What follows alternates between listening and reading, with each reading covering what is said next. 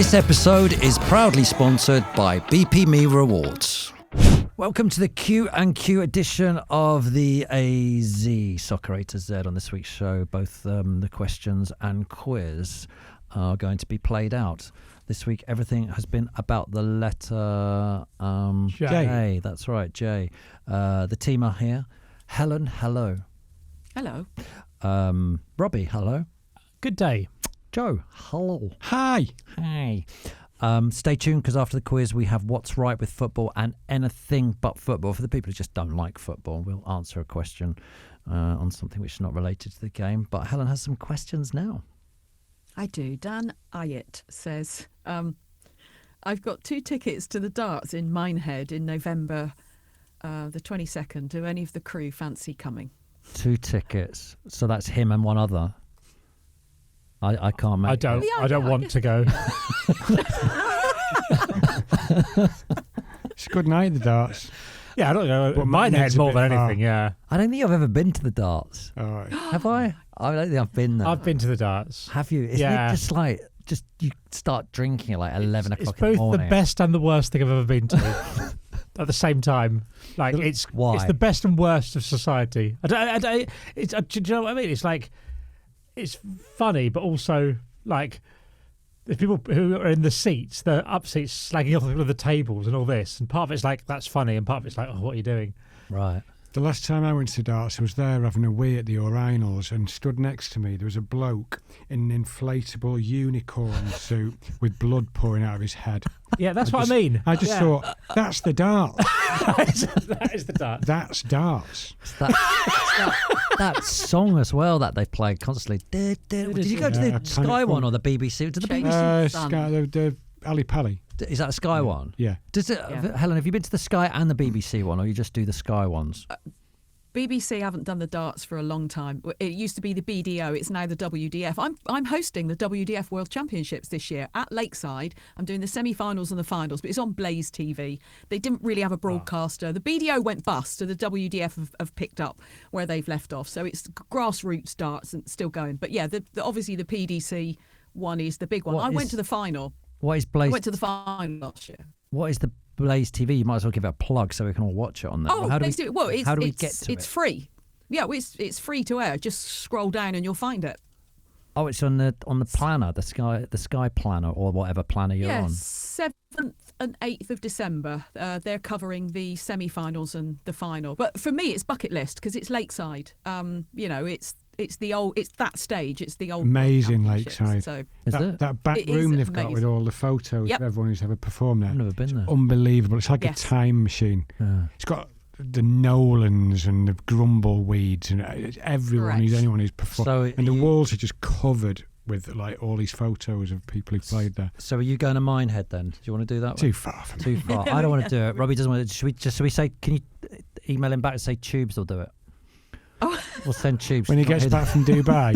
He can go to Minehead. I was curious what other sports right. Blaze TV has. Right, So I've what? looked up Blaze TV, and the description of it is, "Welcome to Blaze, the #1 place for mystery solvers and treasure hunters."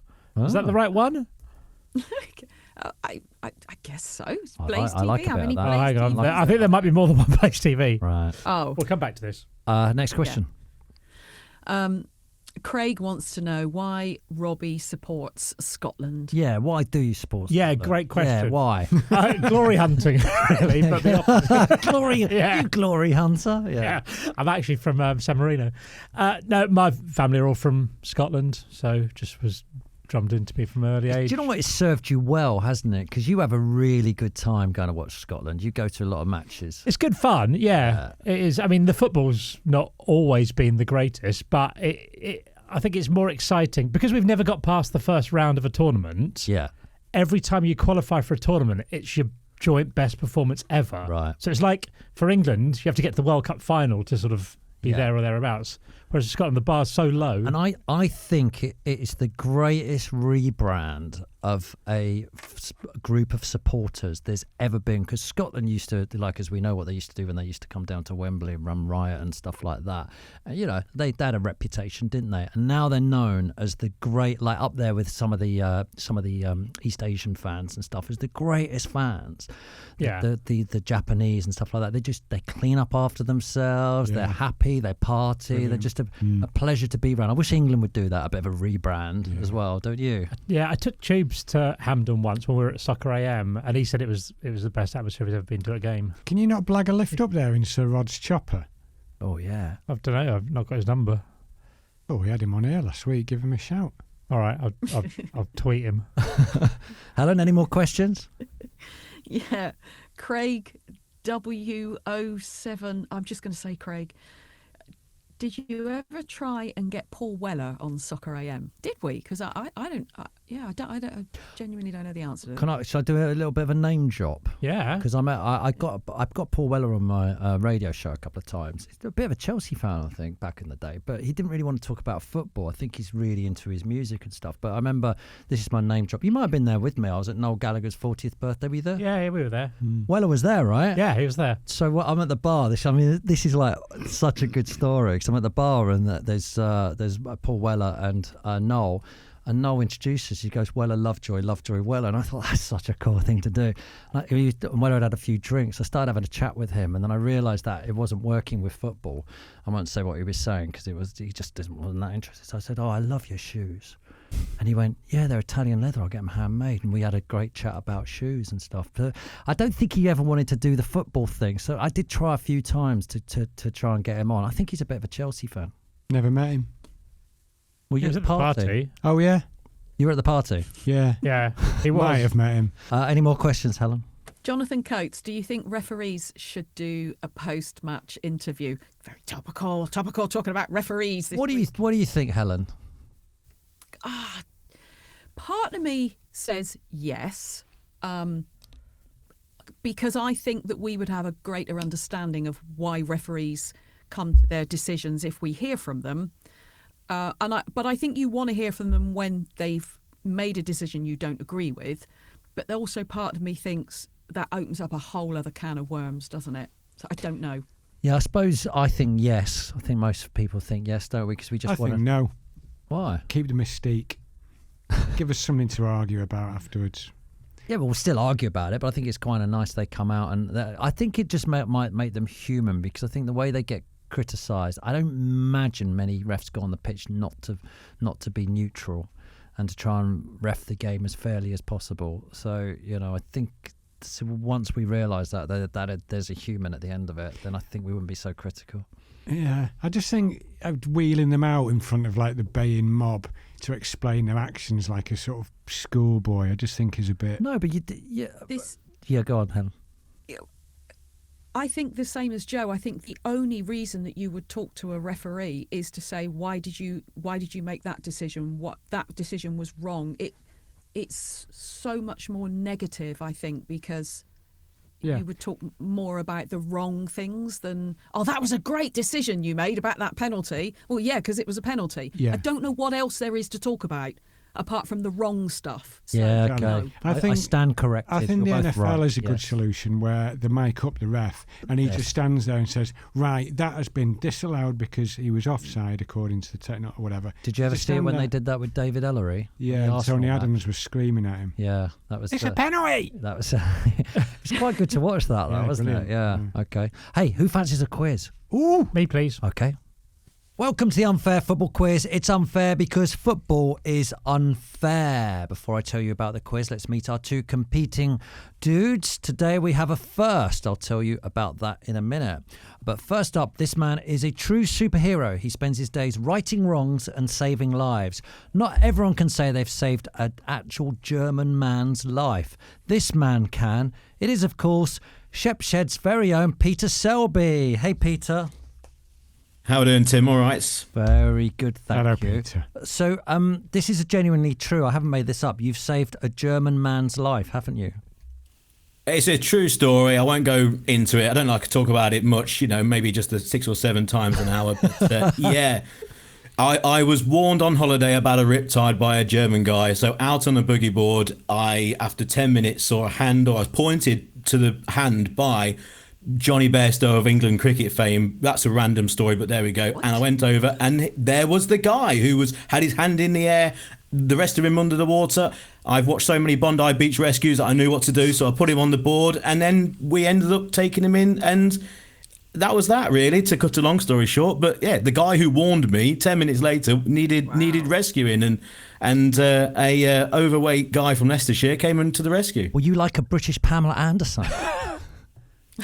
I started that holiday by everyone ran into the sea straight away, but I quickly went into the room and got changed into the Baywatch gear, and then ran along the beach with the blow up as a bit of a laugh. So I started as a lifeguard and ended as one as well. Well, you genuinely did that? Is that a joke, or you did that? I genuinely did that, yes. Well, did you run in slow motion as well as you were doing it? I always run in slow motion too. And was Johnny Bairstow actually there? We went to watch the cricket in Barbados, and we complete accident, but we're in the same hotel as the team. So he wasn't actually in the team, so he kind of knocked around with us for a few drinks and stuff with a few of the others, and it just randomly. But the lads didn't believe me when I told them at the pool, until he came along and said, "You never guess what happened," and then told the story again 5 minutes later, so they all believe it. Now, you are from Shepshed, no idea where that is. You are a Leicester City supporter. Is Shepshed near Leicester City, near Leicester? Yeah, northwest Leicestershire. Yeah. Okay, you've got a football team there, haven't you? Didn't they used to? I can see the ground from where I am right now. Shepshed Dynamo, the mighty Shepshed Dynamo, FA Cup first round, couple of times, and yeah, struggling this time at the moment. But we've been doing all right the last few years. Mick's in charge, chairman. He's doing well. Importantly, you're a sports commentator. What have you commentated on? Been very lucky, loads and loads of different sports. I've done the World Cup final and what? Yeah, many sports. Yeah. For who? I specialise in audio description commentary, so commentary for partially sighted supporters. So I've worked for FIFA, worked for Alan March Sport Limited, and they do a lot of football grounds. We did Leicester, we do a lot of Premier League grounds currently around the country, but also work in racing, greyhounds, and a bit of weightlifting, whatever people want, really, whatever they lend my voice to. But the World Cup will never be beaten. That was amazing. Wow. So you basically What have a to guy. you have to be more descriptive.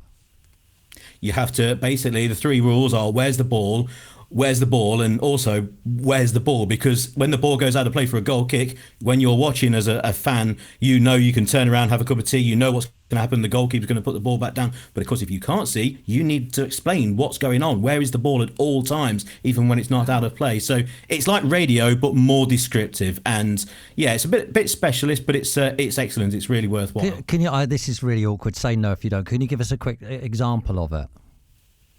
Well, if someone's attacking on the counter-attack, where are they attacking? They're running down the left wing, get to the halfway line, a forward pass of 10 yards to a player X who square pass inside just in front of the left corner of the penalty area, a chip ball to the right corner of the 6-yard box where a volley comes into the goalkeeper who parries into the 6-yard box, and then it's blazed over the top of the crossbar, and then you may well go back. You don't really have to mention players' names. Is it? Exactly. You don't have to mention players' names because you might not be able to keep up with it. But yeah, it's just telling people not only what's happened, but how long the pass has been, who's controlled it, how have they controlled it, is it bobbled off? Impressive. Sorry, I'm going to give you a clap. Yeah, I am as well. Very That's impressive. very good. To be able to add all of that. Tell you what, you're our favourite at the moment, definitely, Peter. It's worthwhile when you actually meet the people who use it, and they come out with descriptions like they can only see to the edge of the penalty area, and they're waiting for the ball to come down a certain wing because they know, because you've told them. So yeah, it's very worthwhile. Thank you, Peter. Let's meet your competitor. Next up, this lady is a healer. Though this is not something you can learn, this is a gift from the unknown. Ooh. She's been able to produce miracle healing just by touch. In fact, her reputation is so good, people from all over Tunbridge Wells come to see her. Though she always stays humble and just carries out the Lord's work. It is, of course, Rachel Benson. Hi, Rachel. Hello, Rachel. Hi, guys. Hello, Hi, Rachel. Tim. Rachel, How are you doing? you're a healer, is that right?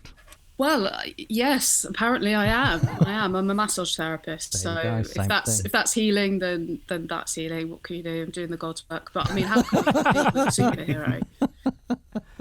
And we've got here that you're from Tunbridge Wells. You're a Chelsea fan, yeah? That's right. Yeah.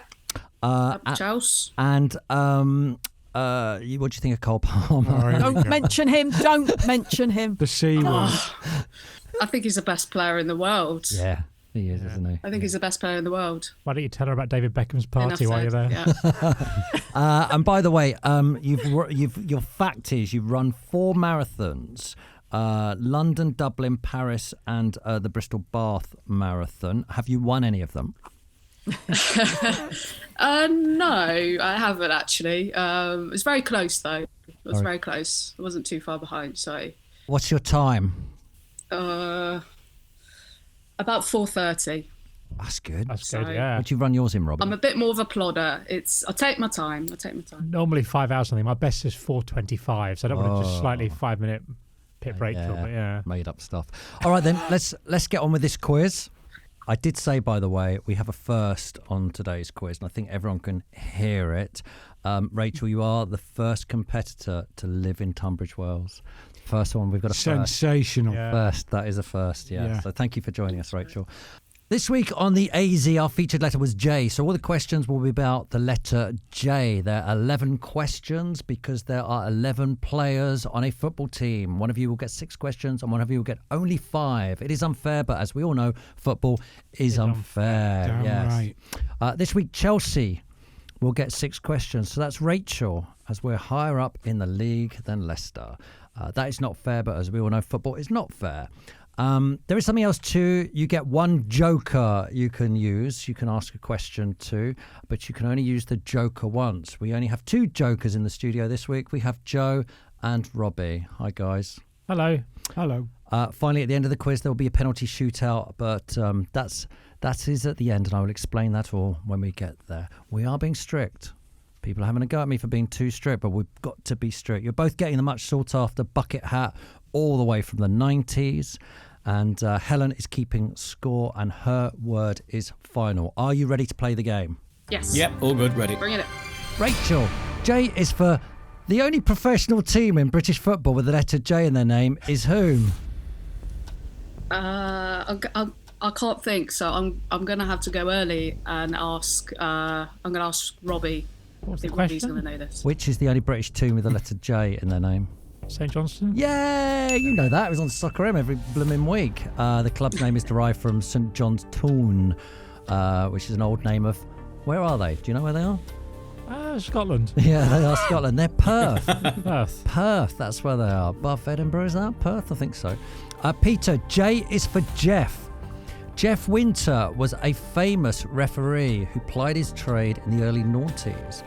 But we want to know how many refs has the Premier League employed this season. Now, I will do it to the nearest one, as it's an unusual amount this season to what it is most seasons. How many have they employed this season? Or how many do they employ this season?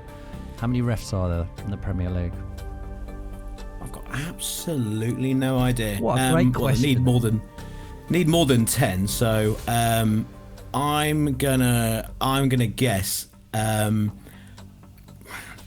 Let's go 23. Oh God, you were so close because it is 21, and it's normally 20. They usually double it, but I don't know why. This reason they've got 21, and they're called the select group. So there's 20 of them. Rachel, J is for Jeff II. Now I must explain II, by the way, because I was talking to someone this week who said, why do you say II after everything? It's because Fenners used to say Rocky and Rocky I, Rocky II, Rocky I. And that's where we've got it from. You all understood that, right? Yeah. But apparently they didn't. And also, for everyone who didn't know, Warsaw isn't really in Eastern Europe. It is in Birmingham somewhere. It was from Soccer M. That's all from last week's quiz. Anyway, back to Rachel. J is for Jeff II. We all know Sky Sports decided to get ex-players to describe football to us rather than letting us watch it. But what year did Jeff Stelling and Soccer Saturday start? Now, this isn't the year that Jeff Stelling started, by the way, at Sky Sports. This is the year that Soccer Saturday started with Jeff Stelling at the helm. Was it A, 1993, B, 1994, or C, 1998? I think it's C, 1998. It is correct. Really? 2 I right. said Yeah. earlier than that. Yeah. Did you? Yeah. So did I. The original analysts included Clive Allen, George Best, Rodney Marsh, Frank McClintock, and Phil Thompson. Peter, J is for Jambos. Which football team's nickname is the Jambos? Oh, I've got no idea. I saw Jeff Stelling last week. Did you? What? Where?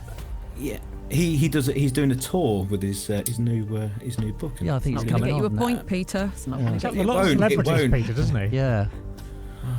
I don't know. I'm gonna have to ask. I think it's up in Scotland. Joe. Jambos, Heart of Midlothian, aren't they? Correct. Yeah. Yes. Well done. Jambos, jam tarts. Good lad. Good That's lad. it. Jam tarts. That's it. Rhymes with hearts. That's why they're called that. Rachel, J is for jump. Cristiano Ronaldo holds the record for the highest jump in football to score a goal. But how high did he jump? Was it 2.53 metres, 2.93 metres, or 3.03 metres? It's definitely got a 3 in it. Oh, A, that's B, or such C? a guess. It's gonna have to be a 2.53 guess. metres, 2.93 metres, or 3.03 metres? I'm going to go for B. Correct. Sorry. It is 2.93 metres. It's recording during the first leg of the round of 16 tie versus Man United in 2013. He jumped over his former teammate Patrice Elva before heading the ball into the net. Can I just confirm that's head off the ground, not feet Yeah. off the ground? Yeah. Must be, mustn't it? Yeah, he Well, can't. He if can't he have could 3 metres. A with his metre, feet. his feet a metre above the crossbar. Downward header. Peter, J is for John. John Fashanu, or Fash the Bash as he was well known, retired in the 90s. He ended up presenting a TV show with Ulrika Johnson, but what was it? Oh yeah, Gladiators. Brilliant. Correct. That is correct. And he had a catchphrase. Do you remember the catchphrase? A Woogar. He had the catchphrase Awooga. And what's interesting about that is he got into a feud with Garth Crooks in the early 90s because Fashanu was annoyed when Crooks used it on air during the build-up to the 91 FA Cup final. Crooks claimed he had nothing to apologise, as the first use of the term was actually by sprinter Chris Akabusi. This is such a brilliant argument. And Fashanu got so angry he appeared on the Big Breakfast the following week to challenge both Akabusi and Crooks to a debate about who owned the catchphrase. Did we ever find out Awooga. the answer? I don't think we did. We made that our mission to find out. Yeah, but he turned up Exactly. fashionably late. Hey, Rachel, J is for JJ Okocha. He's Oh! so good they named him twice. But what country is he from? I think he's Nigerian. Correct, yes. He scored 14 goals in 73 games for them. He scored 14 goals for Bolton in 124 games. You'd have thought he'd scored more goals than that, wouldn't you? Only 14 goals. Wasn't there to score goals. He was there to entertain the crowd too. Peter, J is for Jimmy. On the 8th of May 1999, on-loan goalkeeper Jimmy Glass scored with the last kick of the game to stop who from going out of the Football League? I'll give you an A, B and C. A, Shrewsbury, B, Cambridge, C, Carlisle. You know. It was Carlisle. Nigel Pearson in charge. Carlisle. You knew that without the A, B and C, didn't you? Yeah. Yeah. Following his football career, Glass took on various jobs, including working as a taxi driver and an IT consultant. His story remains a legendary part of English folklore. Rachel, J is for Jubilani Ball. The Jubilani Ball was the most criticised ball in the history of football. It was made of 8 panels and was promoted as the roundest ball the world had ever seen. But where was the World Cup where it was used? South Africa? Correct. Indeed. Brazilian striker Robinho said, for sure the guy who designed the ball never played football, but there's nothing we can do, we have to play it. Gianluigi Buffon said the new model is absolutely inadequate and I think it's shameful letting play such an important competition. And Lionel Messi said the ball is very complicated for the goalkeepers and for us, the forwards. Do you know what? Diego Maradona was coach of the Argentinian team that year. Did you remember that? Because he also said we won't see any long passes in this World Cup because the ball doesn't fly straight. You were there, weren't you, Joe? I was there, yeah. I was there for a bit as well. That ball, amazing, wasn't it? I've got a Jabulani at home. Have you? Yeah. It's a very special Jabulani. How round is it? It's sort of overly shaped. Peter. Things in the air. Peter, J is for Johnston. Craig Johnson was an Australian footballer who won titles with Liverpool, but he was also an inventor. What football boot did Craig Johnson invent? It was a Predator, weren't it? Yeah, the Adidas Predator boots. He also invented the Traction Sol for football boots, the software program The Butler, a device that shows who has removed what has been removed from minibars in hotel bedrooms. Johnson was also creator of the TV game show The Main Event, which aired for 2 years in the early 1990s. Oh, and in UK in 1993. Johnson is now a photographer. Did he write the Anfield Rap as well? Yeah, didn't he? I think he did. He did, yeah. Yeah. He invented the thing that tells you what's been removed from a minibar. Apparently he did, yeah. Really? Yeah. Rachel, J is for Judas. In July 2000, Portuguese footballer Luis Figo transferred from Barcelona to Real Madrid for a world record fee, making him the most expensive player in football history at the time. But how much was the fee? I'm going to give you an A, B and C here. A, 40 million. B, 50 million euros. This is, by the way. A, 40 million euros. B, 50 million euros. C, 60 billion euros. I had it in my head 40 million for some reason, so I'm going to go 40 million. Oh, Robbie, what do you think? I think it was 60 million. 60 million euros. Yes, sadly didn't get that one right. Pig's head was thrown at him. Do you remember? Yeah. It was such a good match that when he went back. Like any day at Helen's farm. Yeah. Fell off the dispatcher. Yeah, the pig was dispatched to throw at Figo. That's the end of the quiz. We've done all 11 questions. Well, it's not quite the end of the quiz, but it's the end of round one of the quiz. Helen, what are the scores, please? So Rachel had the 6 questions and Peter had 5. Rachel got 1 wrong, which was the last one. That gives her 5 points. Peter got his first question wrong, so he has 4 points, and they've both used their jokers. It's 5-4 to Rachel. It's now time for the penalty shootout. I'm going to ask you a question, then one by one, very quickly, you're going to name them in a penalty style way. We're going to be very, very strict with this because, you know, it's an important. You're playing for nothing, so it is important. You're just playing for pride of your clubs. Okay, starting with Rachel. Name people in football called John. John Terry. Good. John Barnes. Good. Rachel. John Stones. Good. John O'Shea. Good. Rachel. John Fashanu. Oh, that's good. John Burridge. Good. John Aldridge. Oh, yes, that's good. John Hawkes. John Hartson. This is going to go on all night. We're going to complete it. John Egan. John Egan, we're all looking around here. John Egan. Yeah, I reckon, yeah. Johnny Evans. Oh, that's good. Stern John. Yeah. Yeah. Rachel. He's run out. We've got to stop. Ian St. John. Ian St. John is good, but it's too late. Over to you, Peter. John Ruddy. John Spencer. John Collins. John. He's run out. McGinn. He's run out. He was peeling him off there, though. He was there, Shall wasn't he? him, Yeah. please. No one said Elton John. No. Helen is adding up the scores here. I am. She's no maths teacher, but she handles this brilliantly every week. 5. Helen. 9. Yeah. Let's get the final scores on the door. Okay. So Rachel was ahead by 1 point, Yes, as she we know, was. and she got 6 in the penalty shootout. Wow, that's good. Giving her an overall total of 11 points. That's good. That's strong. Peter, however, with his 4 in the quiz, he got 9 in the penalty shootout, giving him an overall 13 points. Peter wins 13-11. Hey, well done, Peter. Awooga. Rachel, how are you feeling, Rachel? I'm okay. I mean, we all know there's only one winner, and that's football. So Yeah, that's good. Good attitude. There you go. Yeah, well done, Peter. Well played. It's a proud moment in your life. It is. It's better than Tielemans' goal against Chelsea in the cup final. Was it better than saving a German? Every day of the week. And, you know, with greatest respect to all Germans, but yeah, it is. Okay, thank you, guys. Thank you so much. When the game gets it right, it's pure delight. This is what's right with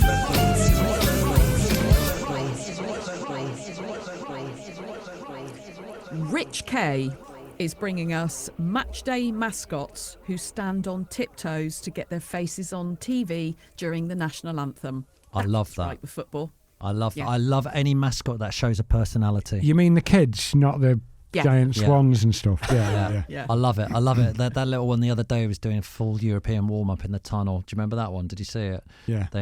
He's great. I love it all. I love it when they do that, yeah. Luke Pallon says Oxford being in the Championship with a local manager at the helm. Again, perfect. That's the opposite of woke nonsense, isn't it? I always thought if I took over, and one day I might do this. So if I was to buy Torquay, for instance, which I might just do, and close it. Imagine that episode of you closed down Torquay. Liquidated. This season. I will dispatch Torquay. Turn up with a hood. But no, so if I did, I would just play local kids, because they're going to be much of a muchness, aren't they? And you play local, and if you've got like out of the 11 players on the pitch, if 8 or 9 of them are local, you don't care if they lose because they're yours. Buy Torquay and let us play and stuff. Just do whatever we want with it. Anything. It's reminding me very much of the time that Tim claimed that he could play as good as Torquay United, so we sent him down to train with them. They kicked lumps out of you, and you were taking penalties against Kenny Vasey, our goalkeeper, and he ended up hopping on one leg and putting his hand over one eye because you were so bad at taking penalties. But he was on one leg and one eye and still saved all of your shots. I went down and I was playing in Golden Boots. I was playing in Golden Boots. I got absolutely hammered. And it was a bad idea to play with Golden Boots down at Torquay. Not that the problem, was it? Not good. I was Black Boots should have scored a ball. But the penalty thing. The penalty thing was embarrassing because it was like I couldn't get anywhere close to scoring. I was hopeless. No. Yeah. The embarrassing thing wasn't your Golden Boots. It was you claiming that you were as good as any Torquay United player. Yeah, I was. I will find that footage. Okay. DSBM. Kids shouting a player's name as they smash a volley. In my day. I know what's going to happen next. Lovejoy. Exactly. I shouldn't have read this one out. Kids shouting the player's name as they smash. No, I'm assuming that this is kids as they smash a volley. They'll go like Shearer, Scholes. Yeah. What did you shout when you were kids? What did you have one you would just shout? Probably Barnes. Worthington. What? Frank Worthington? No way. You weren't that old. I go back a bit. Do you? Yeah. That goal Frank Worthington scored where he knocked it over his head. It's the best goal I think that's the best goal I've ever seen. Amazing. It's kind of like Bergkamp's but better. The impudence. Yeah. It's just who was that against? Ipswich. Paul Cooper in net. On a rotter of a pitch at Burndon it was as well. Smacked it up. Made a mockery. That is if you don't know this goal, how would you search it on? You just put in Frank Worthington goal. Frank Worthington. Yeah, it would come up, won't it? Yeah. It's got to be the greatest goal ever scored. If you get 101 great goals or one of those videos from years ago, it was on it every time. I used to love those sort of videos. So did I. You don't get them anymore, do you? We would watch 101 goals over and over and over. Ronnie Radford and things like that. And do you know who it was he did with the flick over his head? No. Terry Butcher. Did he? Yeah. And he went up to him afterwards and pointed to the main stand and said, "You'd have got a better view of that up there." Frank, marvellous. So brilliant. Is it better than Gazza flicking over Colin Hendry's head? Yeah. Because he was running towards goal. Frank had his back to goal. The goal. Yeah, he had his back to the goal. It was just amazing. Hoddle scored one, didn't he, as well, in his last ever game for Spurs? Yeah, the one where he just did the feint and that was a great one. Amazing. Right, anything but football, anyone? Yeah. You've had your footy fix, now it's time to switch. It's anything but football. No, not football. Paul K says, what's the funniest film ever? This is, by the way, for people who don't like football or listen to the podcast, like listening to us bang on about rubbish. Funniest film ever.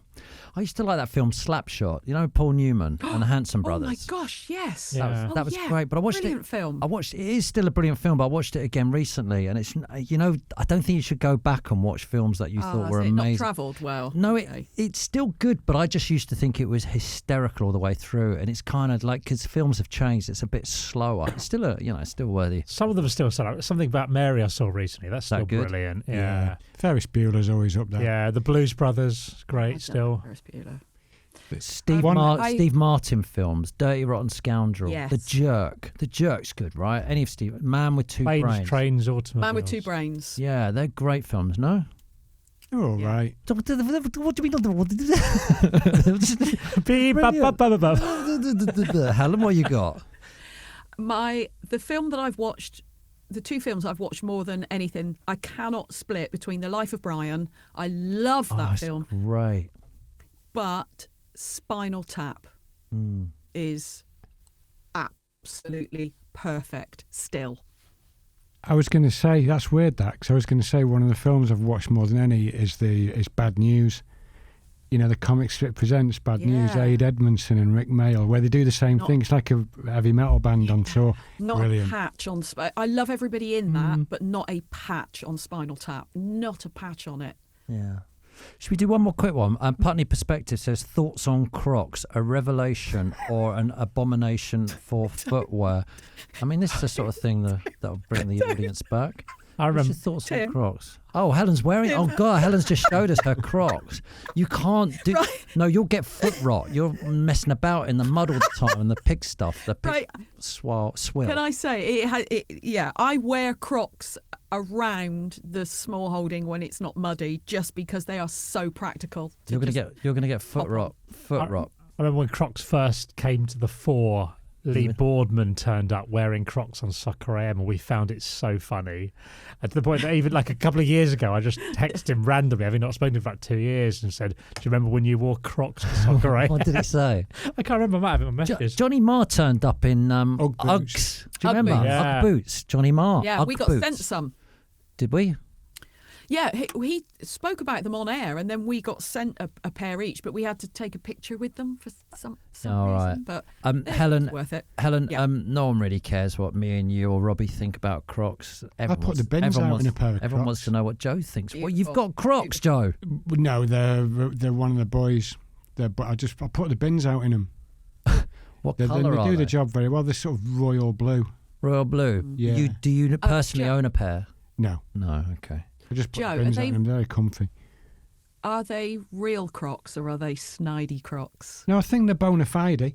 I think they're actual Crocs. They're not alligators. They're Crocs. When you're on the beach, are you a flip flop man, or are you trainers and trainers and socks? Slideys. Sliders. Yeah. Okay. All right. Have you got your answer there, Robbie? Can't find it, I'm afraid. Okay, well, that's the end of this week's show. We'll be back next week on Tuesday with the letter K. We will see you then. Bye. Bye.